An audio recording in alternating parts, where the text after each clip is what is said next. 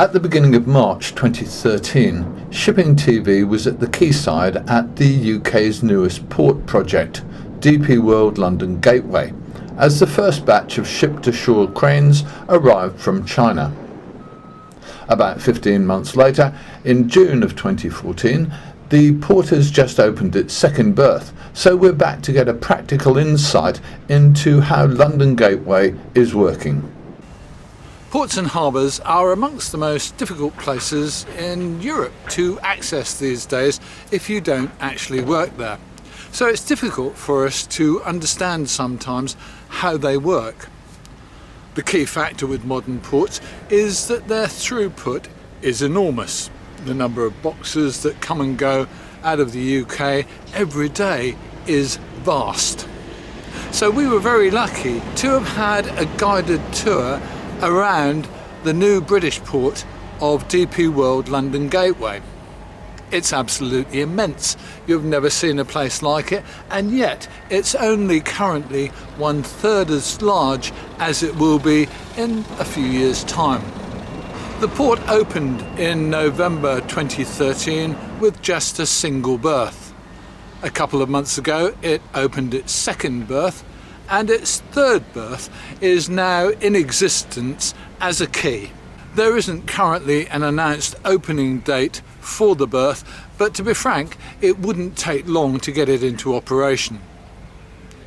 London Gateway started with just one service, which was a South African service, but now with its second berth open, it has 6 services each and every week. That means there's virtually a ship in here every single day, and quite often there's a couple of ships alongside. That means that London Gateway is now getting more and more credibility as a UK port of call for major shipping services than it had before. A port with one berth is a bit of a dodgy proposition because you don't know if something's going to go wrong. A port with 2 berths has more resilience, more capacity, and is therefore simply a better proposition to shipping line, cargo owner and importer clients. So we'll start at London Gateway's front door as the boxes come in by road and rail. The first thing you notice is that much of the system is automated. There aren't many people standing about. Incoming boxes need to have been booked in by the haulier before the truck is admitted, and after that the box is checked and inspected before it gets inside the port's landside areas, and this inspection is an instance of where real human workers are involved. The port's management system will have already decided which stack area a specific box is going to, and the tracker is directed to a loading base serving that stack. The driver logs into the bay when he has the vehicle in position, and within a few minutes the ASC, automatic stacking crane, comes to load or unload the container. The ASC is completely automated. The whole of the stack area at London Gateway is people free, except for service and emergency needs. If a crane's automated system can't deal with any load problem, remote control is possible to overcome the situation.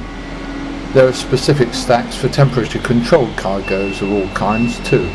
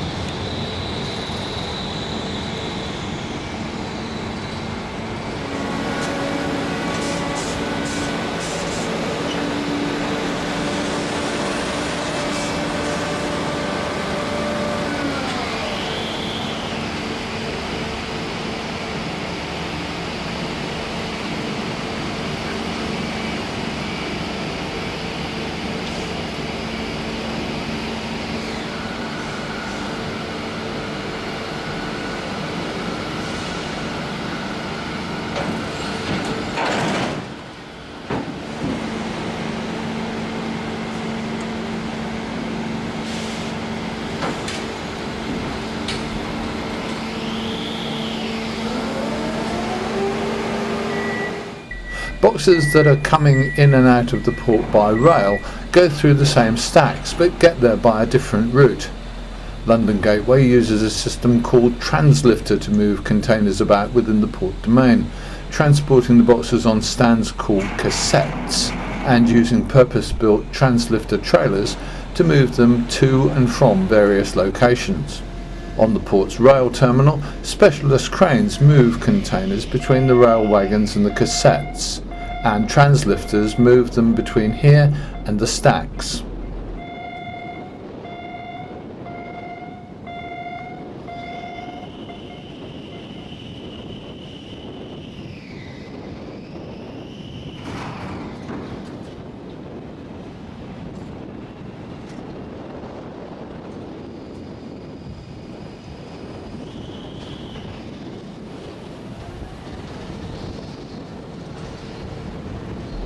After just 8 months in business, the port is now up to 3 trains daily moving cargo to and from inland distribution centres.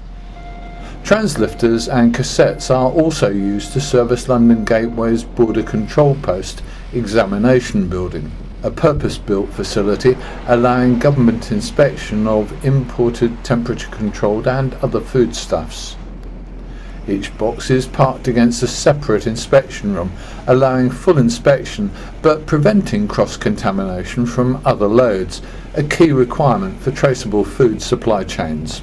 As well as the temperature control building, there's another building for ambient temperature container inspection, and any container coming into the UK can be called in for inspection and examination at any point. From a couple of hours watching London Gateway's landside operations, it looks like they've got things running very smoothly. Like all brand new scratch start operations, it was clear that they had glitches early on, but mostly before their official opening. But trucks are now moving into and out of the port quickly and with minimum delay. It's becoming a slick operation, which is what modern ports have to be to compete. In part 2 online soon, we'll be moving to the quayside, where giant cranes can lift up to 4 containers at any one time, and where ships around 1/4 of a mile long can come alongside at each berth. It's impressive. Don't miss it.